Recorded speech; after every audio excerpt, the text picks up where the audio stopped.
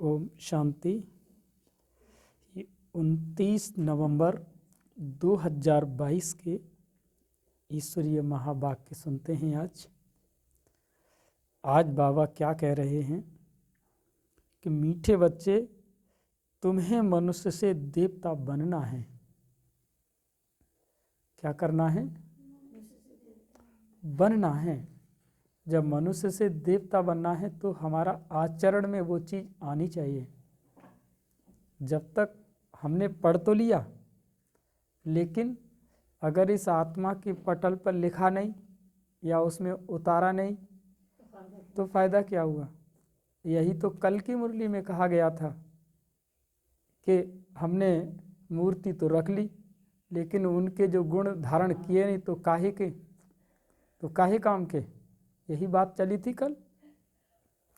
तो बाबा कहते तुम्हें मनुष्य से देवता बनना है, इसीलिए दैवी फजीलत माना मैनर्स, दैवी मैनर्स धारण करो।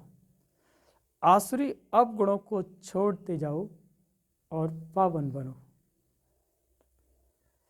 आज का प्रश्न है कि दैवी मैनर्स धारण करने वालों की परख किस एक बात से हो सकती है?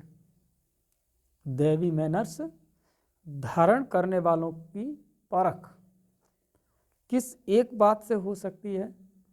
तो आंसर में बाबा ने कहा सर्विस से।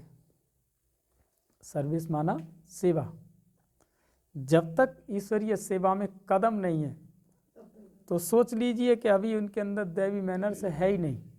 दैवी मैनर्स का मतलब ही यह है कि वो चीज़ आचरण में भरी है, और जब आचरण में भरी है तो फिर वो कर्म में भी आएगी। तो वही है कि सर्विस से। कहाँ तक पतित से पावन बने, ये दूसरी बात है। कहाँ तक पतित से पावन बने और कितनों को पावन बनाने की सेवा की। अच्छे पुरुषार्थी हैं या अभी तक आसुरी अवगुण के अंदर कभी कभी क्या आ जाते हैं? आसुरी अवगुण आ जाते हैं। यह सब सर्विस से पता चलता है। तुम्हारी ये ईश्वरीय मिशन है ही दैवी फजीलत सिखलाने की, दैवी मैनर्स सिखाने की। तुम श्रीमत पर पतित मनुष्यों को पावन बनाने की सेवा करते हो। क्या कर रहे हैं? पतित मनुष्यों को पावन बनाने की सेवा कर रहे हैं। गीत है ओम नमः शिवाय। ओम माने अहम, मैं आत्मा। नमः माने नमस्कार, और शिवाय माना शिव को।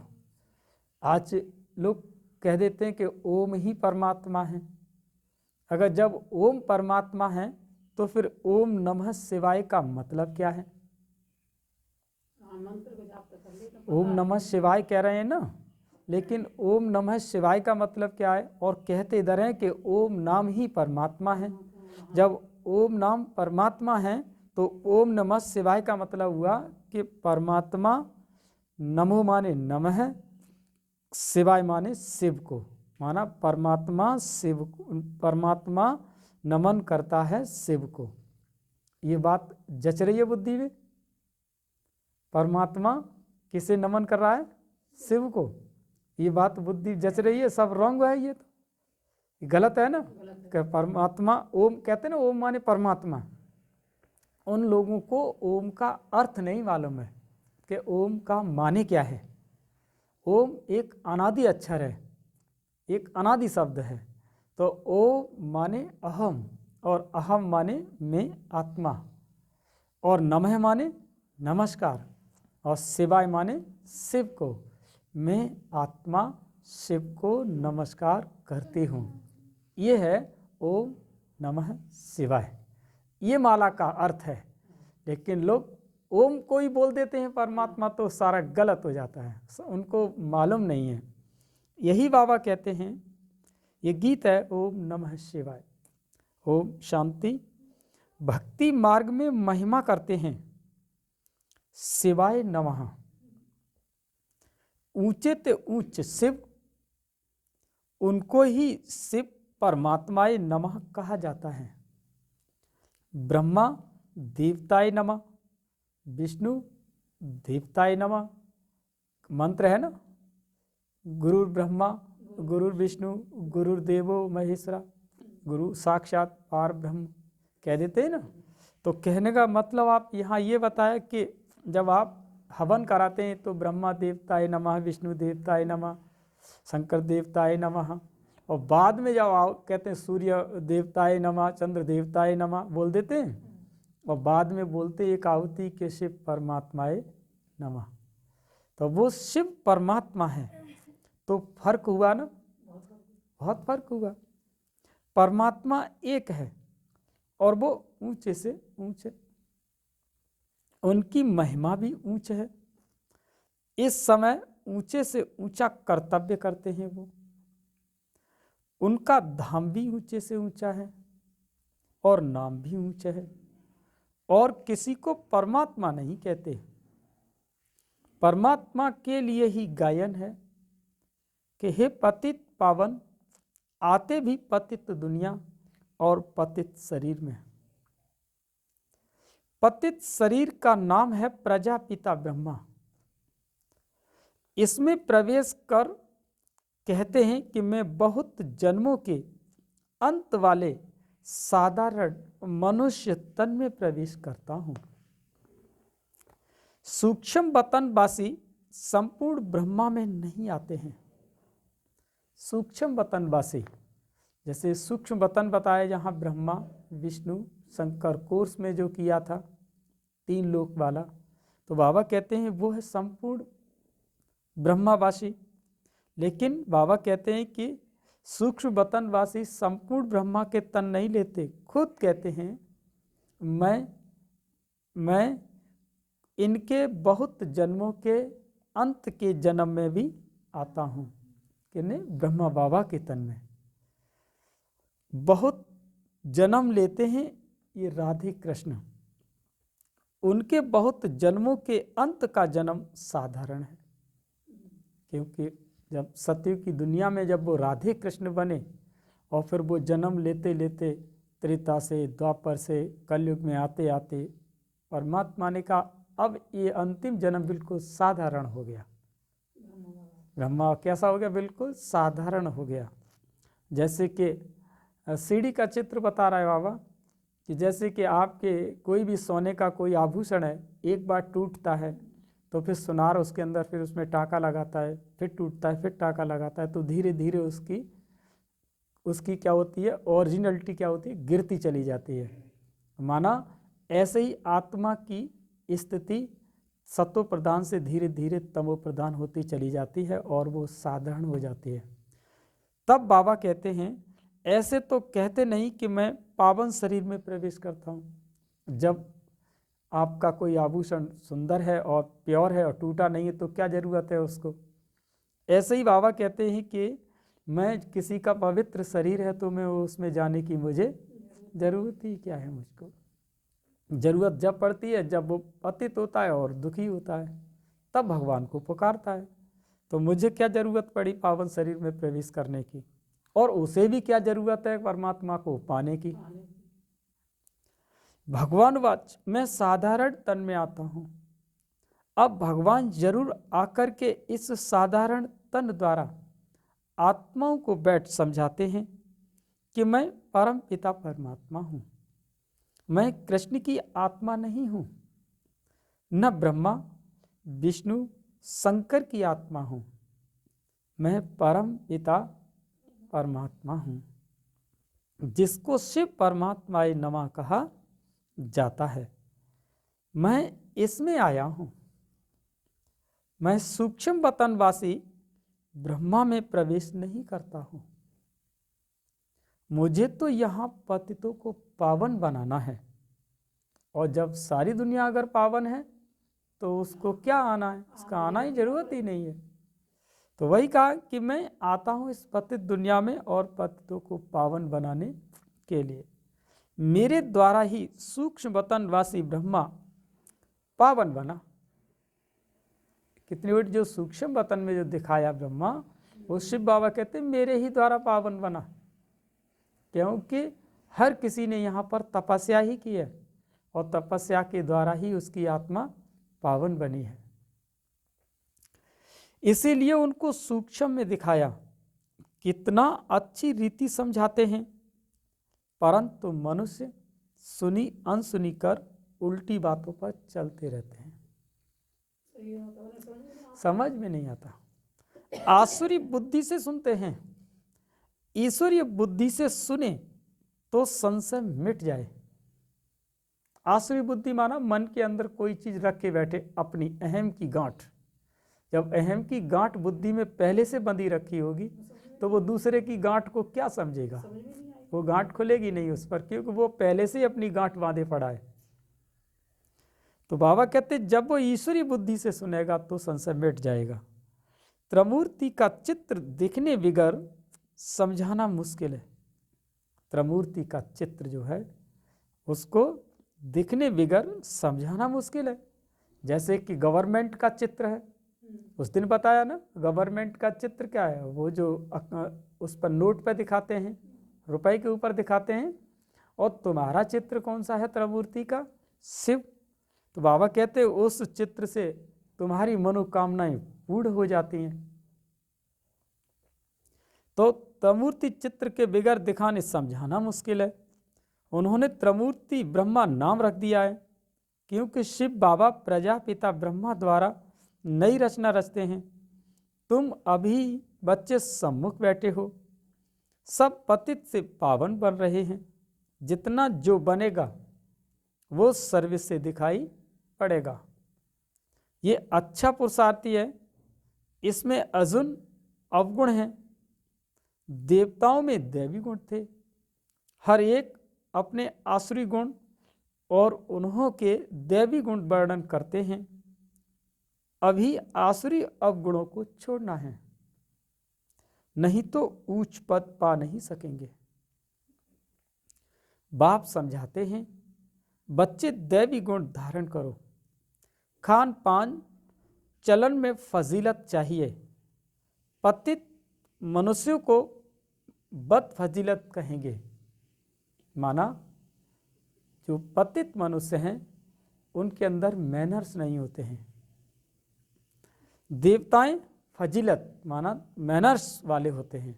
देखा है ना देवताओं की रॉयल्टी, देवताएं वो तो उनके मैनर अलग होते हैं, तब तो उनका गायन है। देखो ना कृष्ण के ऊपर कितने गीत गा डाले, है तो उनके आचरण के ही ऊपर, क्योंकि वो देवता हैं। तभी तो कभी उनके गीत गाया उनकी मुरली के ऊपर, कभी उनके अधरों के ऊपर, कभी उनके नैनों के ऊपर, कभी उनके चरणों के ऊपर, ये गीत गाए कि नहीं? तो बाबा कहते हैं देवताओं के गायन होते हैं। हर एक को पुरुषार्थ करना है अब, क्योंकि तुम्हें मनुष्य से देवता बनना है। बाबा कहते जो करेगा सो पाएगा, जो करेगा सो पाएगा। हमें दूसरे के पार्ट को नहीं देखना है कि वो क्या कर रहे हैं और वो क्या कर रहे हैं। अगर वो में गए तो खुद डूब जाओगे, खुद डूब जाओगे। तो बाबा कहते जो करेगा सो पाएगा। अब भगवान तुमको राजयोग और ज्ञान सिखला रहे हैं। अब भगवान तुमको क्या सिखा रहा है? राजयोग और ज्ञान सिखा रहा है। ज्ञान सागर एक बाप है जो तुम्हें ज्ञान देकर सदगति में ले जाते हैं। उन्हें ही सुखदेव कहा जाता है। तो यहाँ की बातें न्यारी हैं। जो ब्राह्मण बनने वाले होंगे उन्हों की ही बुद्धि में ये ज्ञान बैठेगा।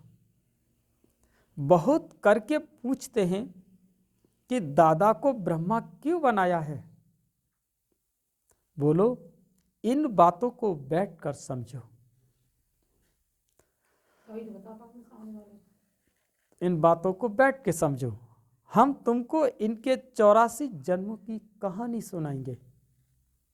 सब ब्रह्मा कुमार कुमारियां पावन बन देवता बन जाएंगे। पावन बनने बिगर वर्षा मिल नहीं सकता। आगे बात बाबा कहते जब तक आत्मा पावन नहीं बनेगी तब तक ये ज्ञान बुद्धि में बैठेगा नहीं। क्योंकि जैसे शेरनी का दूध अन्य किसी बर्तन में नहीं रुकेगा, सोने के बर्तन में वो रुक जाएगा और अन्य बर्तन में वो फट जाएगा। तो इसी तरीका से इस परमात्मा का जो पवित्र ज्ञान है, ये बुद्धि को कैसा बनाना पड़ेगा? कैसा बनाना पड़ेगा? सोने जैसा। सोने जैसी बुद्धि को जब तुम इस ज्ञान को बना लोगी, इस बुद्धि को बना लोगी, तो ज्ञान अपने आप आके उसमें ठहर जाएगा। और बुद्धि अगर पतित रहेगी तो ये ज्ञान भागता रहेगा।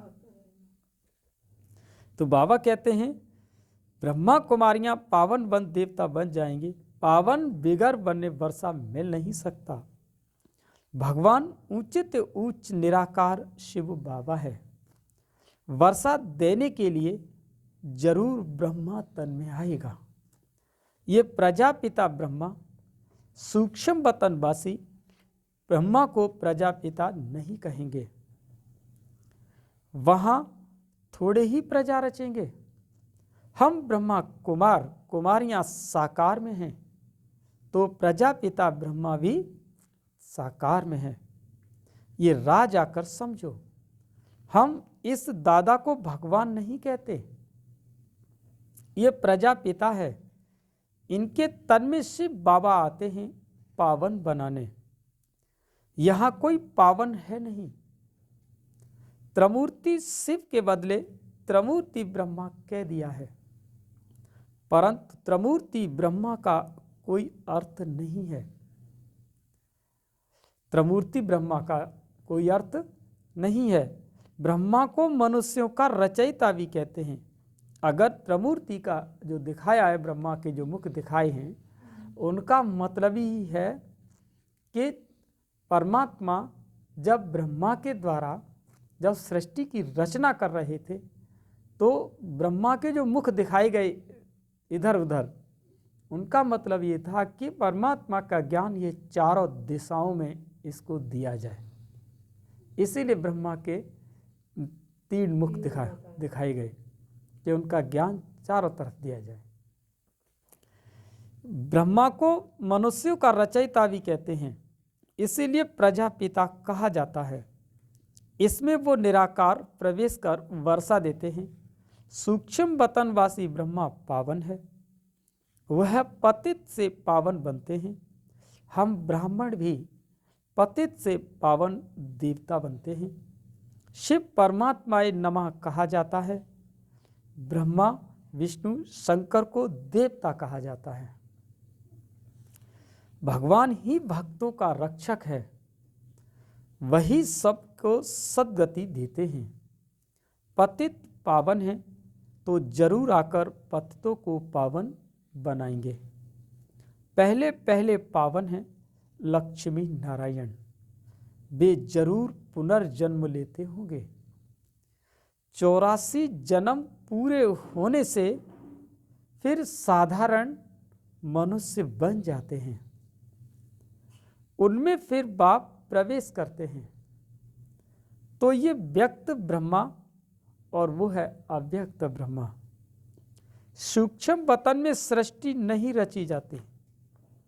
अक्सर करके लोग इस बात पर मूझते हैं, तो तुमको समझाना है कि बाप कहते हैं मैं बहुत जन्मों अर्थात 84 के जन्मों के अंत के जन्म में प्रवेश करता हूँ।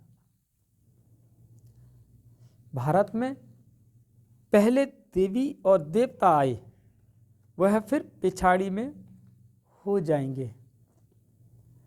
फिर पहले वही जाकर देवी देवता बनेंगे। विराट रूप का चित्र भी जरूर होना चाहिए। बाबा ने विराट रूप का कई बार कहा है, हमने तो इसके पर्चे भी छपवाए। हाँ, बच्चों ने अर्थ सहित बनाया है कि ब्राह्मण चोटी, विराट रूप का मतलब ब्राह्मण चोटी, देवता सिर, क्षत्रिय भुजाएं, वैश्य पेट और शूद्र पैर। ये गीता में बोल दिया गया। शूद्र के बाद फिर ब्राह्मण। वर्णों का भी चक्र हुआ ना, यह भी समझना और समझाना है। बाबा ने बहुत बार समझाया है कि अखबार में पढ़ता है फलाना स्वर्गवासी हुआ, तो उनको चिट्ठी लिखनी चाहिए कि स्वर्गवासी हुआ तो फिर जरूर नरक में था। जब स्वर्गवासी हुआ तो जरूर पहले किस में था? नरक में था।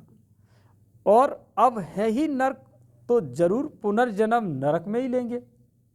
और अभी नरक है तो फिर दूसरा जन्म मिलेगा तो किस में?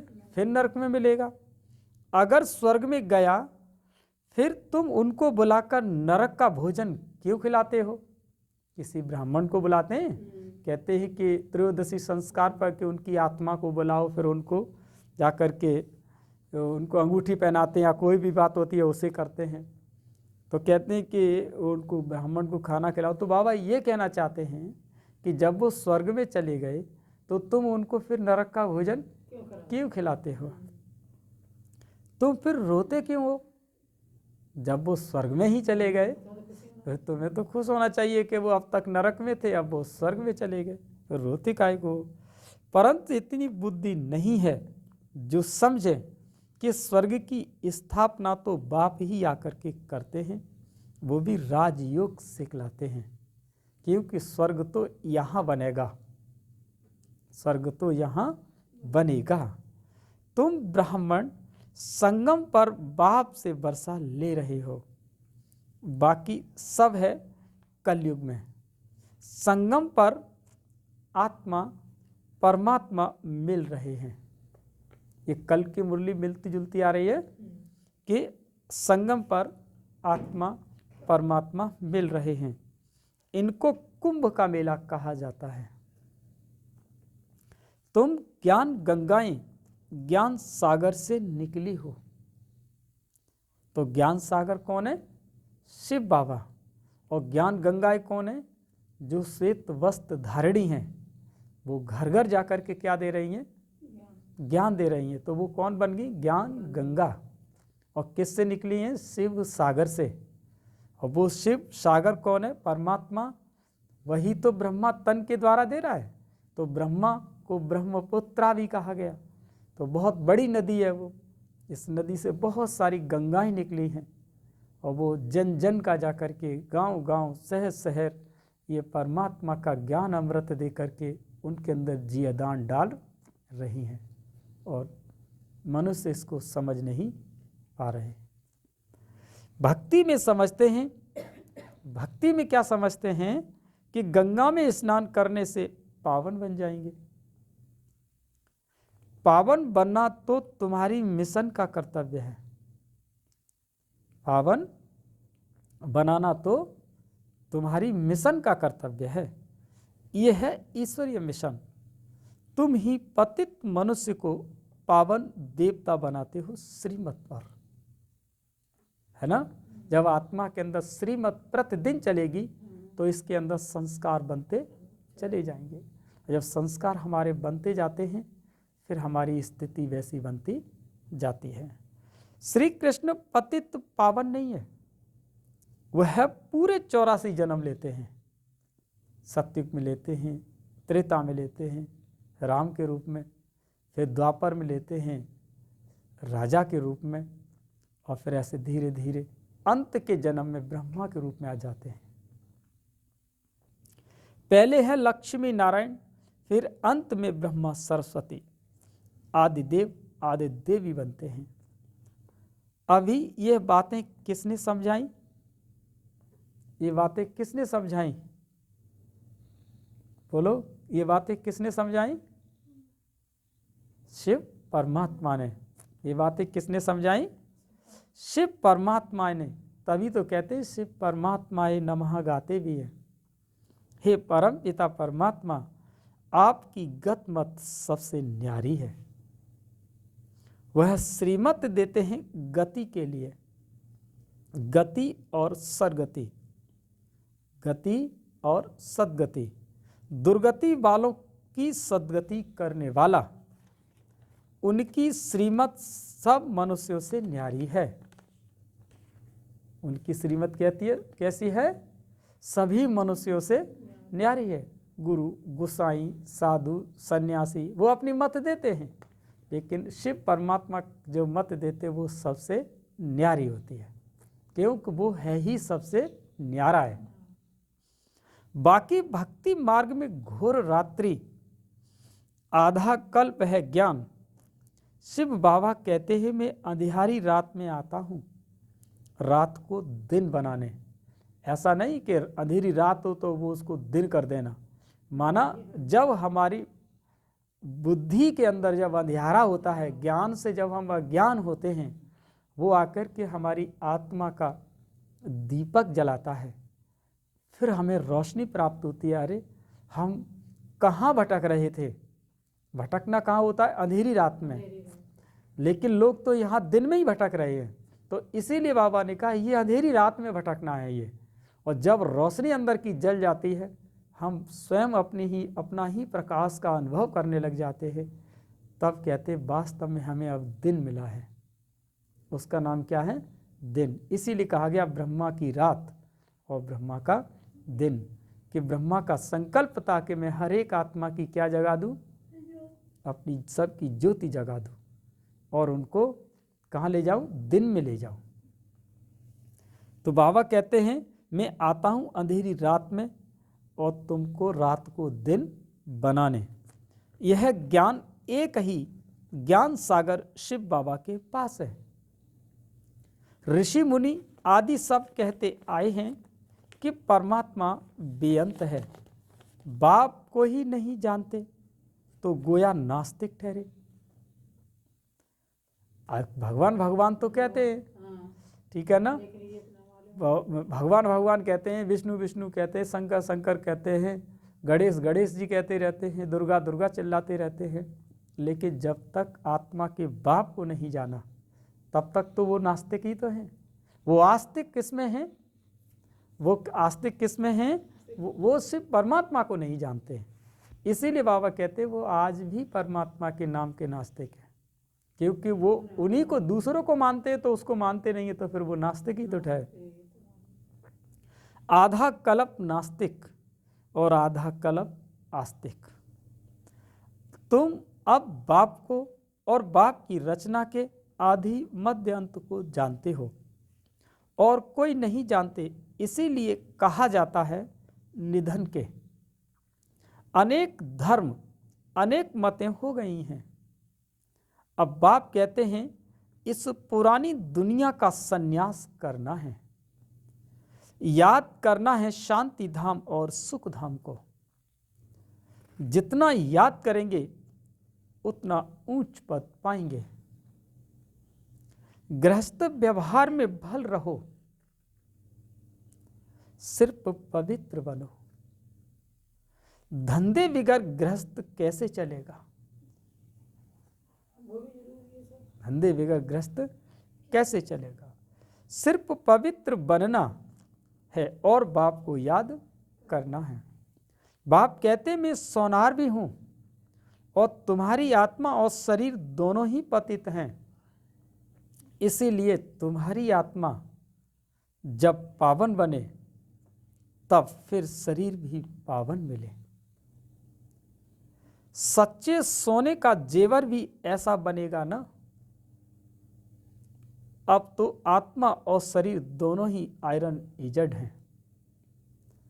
फिर पावन बनाने की युक्ति बाप बताते हैं। इसीलिए कहते हैं तुम्हारी गत मत श्रीमत सबसे न्यारी है। अभी तुम जानते हो ये सदगति का रास्ता कोई बतला नहीं सकते, क्योंकि वो खुद सदगति की ओर नहीं है, तो वो तुम्हें क्या बताएंगे? क्योंकि जो भी हमारे यहाँ के संत महात्मा साधु सन्यासी है वो केवल किताबों को पढ़ रहे हैं। किताबों में परम धाम की बात लिखी है, लेकिन परम धाम का रास्ता तो लिखा है, लेकिन वो वहाँ तक पहुँच नहीं रहे हैं। पहुँच किस लिए नहीं रहे हैं? कि वो ये काम स्वयं परमात्मा का है बताकर आकर के बताना। अरे आप अपने बच्चे को बताती हो ना कि ये तुम्हारे पिता हैं, माँ बताती है कि नहीं बताती है? ये बाप खुद कहता है अपने बच्चे से, मैं ही तुम्हारा पिता हूँ, और अन्यथा उसको अलग कर तो कैसे ढूंढ लेगा। तो वही बात यहाँ चल रही है। वो किताबों में बाप जो दे करके गया है समझ रहे हैं, लेकिन पहचान नहीं रहे कि वो शक्ति आज अवतरित हो चुकी है। तो वही बाबा ने कहा, फिर उनकी न्यारी है, ये सदगति का रास्ता कोई बतला नहीं सकते, गायन होता है तो जरूर कुछ करके गए हैं। अभी कलयुग है, फिर सतयुग होना है, संगम पर तुम बैठे हो, तुम ब्रह्मावंशी ब्राह्मण हो, कमल फूल सम पवित्र रहते हो, तुम्हारी माया के साथ युद्ध है, माया से कई फेल हो जाते हैं, काम का घूंसा जोर से लगता है, बाबा कहते हैं खबरदार रहो, अगर गिरा तो फिर किसी को कह नहीं सकेंगे कि काम महाशत्रु है। बाप कहते हैं फिर भी पुरुषार्थ करो, एक बार हराया और दूसरी बार हराया, फिर अगर तीसरी बार हराया तो खत्म, पद भ्रष्ट हो जाएगा। प्रतिज्ञा की है तो उस पर पूरा रहना है, प्रतिज्ञा कर फिर पतित नहीं बनना चाहिए, परंतु सब तो प्रतिज्ञा पर कायम नहीं रहते, गिरते भी रहते हैं, कोई फिर बाप को छोड़ भी देते हैं, बहुत भागने वाले भी हैं, अंत में तुमको पूरा साक्षात्कार होगा कि कौन क्या बनेंगे। पुरुषार्थ तो पूरा करना चाहिए, जो दुख देते हैं वही दुखी होकर के मरते हैं। बाप तो सबको सुख देने वाला है और तुम्हारा भी काम है सबको सुख देना। कर्मणा में भी किसी को दुख दिया तो दुखी होकर के मरेंगे, पद भी भ्रष्ट हो जाएगा, बेहद के बाप के साथ पूरा फरमान वरदार वफादार होकर के रहना है। अच्छा, मीठे मीठे सिकी लदे बच्चों प्रत माता पिता बाप दादा का याद प्यार और गुड मॉर्निंग। रूहानी बाप की रूहानी बच्चों को नमस्ते, और हम सभी रूहानी बच्चों की रूहानी माता पिता बाप दादा को याद प्यार गुड मॉर्निंग, नमस्ते नमस्ते नमस्ते। धारणा के लिए मुख्य सार है कि बाप के साथ वफादार फरमान वरदार होकर रहना है, कभी किसी को दुख नहीं देना। दूसरा पॉइंट, बाप से पूरा वर्षा लेने के लिए पवित्र बनने का पुरुषार्थ करना है, काम की चोट कभी नहीं खानी है, इससे बहुत सावधान रहना है। वरदान, मालिकपन की स्मृति से शक्तियों को आर्डर प्रमाण चलाने वाले स्वराज्य अधिकारी भव।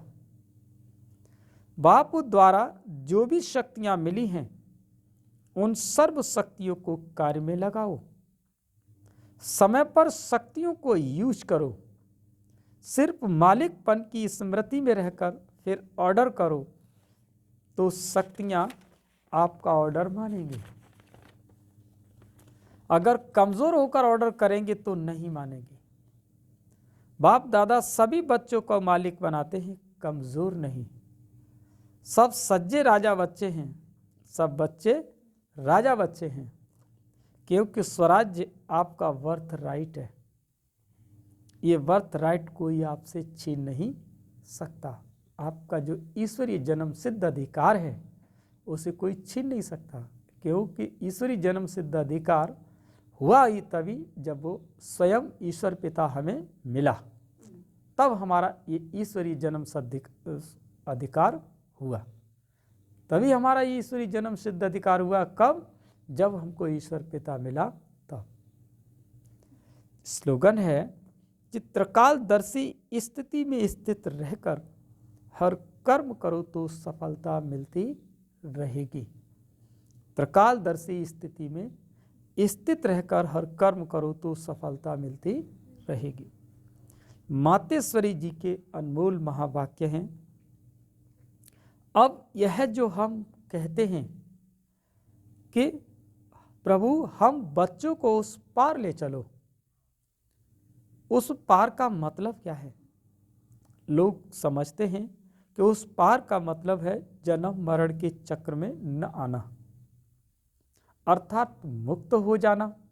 क्योंकि अक्सर करके यही तो ज्ञान दे रहे कि हम इस जन्म मरण के चक्र से छूट जाएंगे। अब यह तो मनुष्यों का कहना, परंतु वो कहता है बच्चों, सचमुच जहां सुख शांति है, दुख अशांति से दूर है, उसको कोई दुनिया नहीं कहते।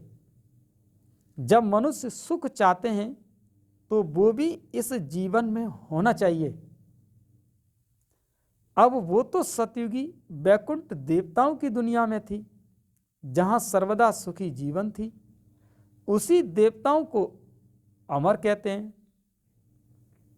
अब अमर का कोई भी अर्थ नहीं है। ऐसे तो नहीं कि देवताओं की आयु इतनी बड़ी कर दी कि वो कभी मरते नहीं थे, ऐसा नहीं। अब यह कहना उनका रॉन्ग है, गलत है। क्योंकि ऐसे नहीं है कि उनकी आयु कोई सतयुग त्रेता तक नहीं चलती, परंतु देवी देवताओं के जन्म सतयुग त्रेता में बहुत हुए हैं। 21 जन्म तो उन्होंने अच्छा राज्य चलाया है।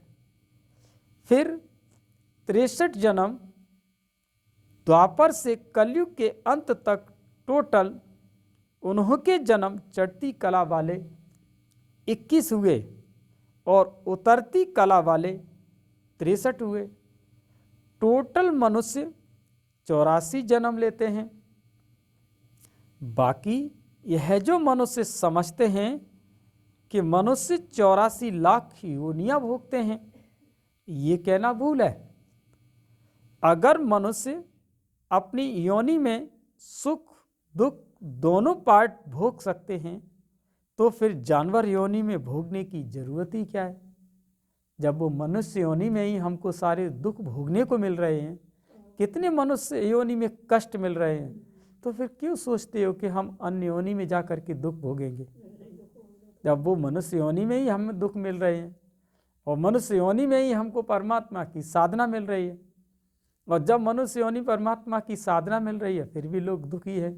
तो यहाँ बाबा का कहना है कि बच्चे वो तुम्हारे पूर्व के जो कर्म हैं उनका हिसाब किताब है, और जब हम मनुष्य योनि में हिसाब किताब पूर्ण करते हैं तो फिर पशु योनि में जाने की जरूरत ही क्या है। लोग इस बात को अभी मनुष्य नहीं समझते। अब मनुष्य को ये नॉलेज ही नहीं है। मनुष्य तो 84 जन्म लेते हैं, बाकी सृष्टि पर जानवर पशु पक्षी आदि टोटल 84 लाख योनियां हो सकती हैं। अनेक किस्म की जैसे पैदाइश है, उसमें भी मनुष्य योनि में ही अपना पाप पुण्य भोग रहे हैं, और जानवर अपनी योनियों में भोग रहे हैं। न मनुष्य जानवर की योनि लेता है और न जानवर मनुष्य योनि में आता है। मनुष्य को अपनी योनि में जन्म में भोगनी पड़ती है। मनुष्य तभी तो देखो ना किस तरह से लोग अंधे भी हैं, लूले भी हैं, लंगड़े भी हैं, शरीर से कोढ़ भी है उनको, तो वो कितने दुखी होते हैं। तो अगर वो लिखा है ना रामायण के अंतर्गत, बड़े भाग्य मानुष तन पावा, सुन दुर्लभ इन ग्रंथन गावा, कि अगर बड़े भाग्य से अगर ये मनुष्य तन मिला है तो फिर इतना ये दुख हमें क्यों मिला है। लोग इस बात को मनुष्य नहीं समझते। बाबा कहते हैं इसीलिए मनुष्य योनि ही हमको भोगने के लिए मिली है। इसी मनुष्य योनि में ही आपको अपने शरीर के सारे कष्ट भोगने ही पड़ेंगे। बाबा कहते हैं हिसाब किताब चुकतू करो। तो बाबा कहते हैं कि दुख सुख की महसूसता आती है इस मनुष्य योनि में ही। ऐसे ही जानवर को भी अपनी योनि में सुख दुख भोगना है, मगर उन्होंने यह बुद्धि नहीं है कि यह भोगना किस कर्म से हुई है। उन्हों की भोगना को भी मनुष्य फील करता है, क्योंकि मनुष्य है बुद्धिमान। बाकी ऐसे नहीं कि मनुष्य कोई 84 लाख योनियां भोगते हैं। जड़ झाड़ भी योनियां लेते हैं। यह तो सहज और विवेक की बात है कि जड़ झाड़ ने क्या कर्म अकर्म किया है, पेड़ पौधों ने क्या कर्म किया है, ये जो अन्य योनियों में जाएंगे, जो उन्हों का हिसाब किताब बनेगा। देखो गुरु नानक साहब ने ऐसे महावाक्य उच्चारित किए हैं कि अंत काल में जो पुत्र सिमरे, ऐसी चिंता में जो मरे, सुअर की योनि में बलबल उतरे। कि अंत समय में अगर कोई पुत्र पति इसलिए अगर याद आती है तो बाबा कहते हैं ऐसी स्थिति में सुअर जैसी योनि में उतरेगा। अब बाबा क्या कहते हैं, मम्मा क्या बता रही है, परंतु ये कहने का मतलब नहीं कि कोई मनुष्य सुअर की योनि में लेता है जन्म, परंतु सूकर का मतलब यह है कि मनुष्यों का कार्य भी ऐसा है जैसे जानवरों का भी कार्य होता है ना। मनुष्य सुअर जैसे भी कार्य करते हैं, तो उनमें और उनमें फर्क क्या रहा। तो इसीलिए कह दिया कि तू सुअर योनियों में जाएगा, क्योंकि मनुष्य योनि में रहते ही तो कर्तव्य कैसे करेगा, सुअर जैसे करेगा। तो बाकी ऐसे नहीं कि मनुष्य कोई जानवर बनते हैं। अब यह तो मनुष्यों को डराने के लिए शिक्षा देते हैं, तो अपने को इस संगम समय पर अपने जीवन को पलटाए, पाप आत्मा से पुण्यात्मा बनना है। अच्छा, ओम शांति।